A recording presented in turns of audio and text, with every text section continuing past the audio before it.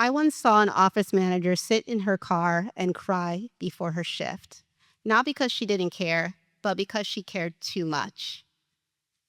The schedule was overbooked. Calls were ringing off the hook. Patients were frustrated.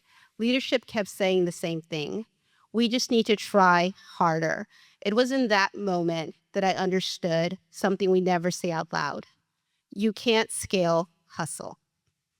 I'm a dental executive and I lead multi-unit organizations. I design and implement systems for growth. And I'm also a Black woman in America. I've seen organizations use effort over design, but when systems fail, people pay the price. Healthcare loves hustle, long hours, sacrifice, being the one that always shows up.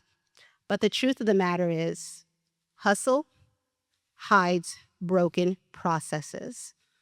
When the schedule is overbooked, when the roles are not clear, when leaders are doing more fixing than designing, things fall apart.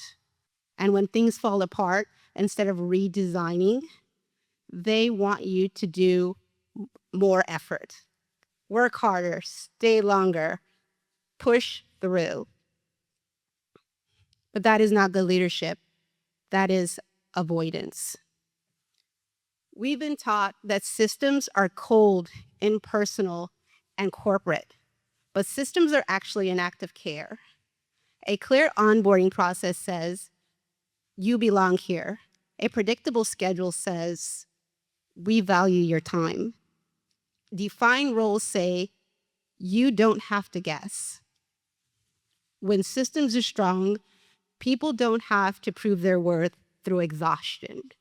Growth should not require struggle. But in so many organizations, it does. When systems are unclear, power goes to whomever is closest to the decision maker. And as a Black woman in executive leadership, I understood that proximity to power wouldn't always be given to me, but clarity can be. I learned to document, to define expectations, and to design systems that didn't rely on proximity to power or perception, but on transparency. Expectations, when systems are clear, expectations are fair, accountability is measurable, and opportunities are accessible. Because systems don't just scale organizations, they scale fairness.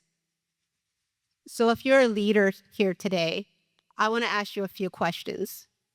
Where are people overcompensating for broken systems? Where are you rewarding exhaustion instead of fixing structure? Because the future of leadership isn't about asking your people to give more.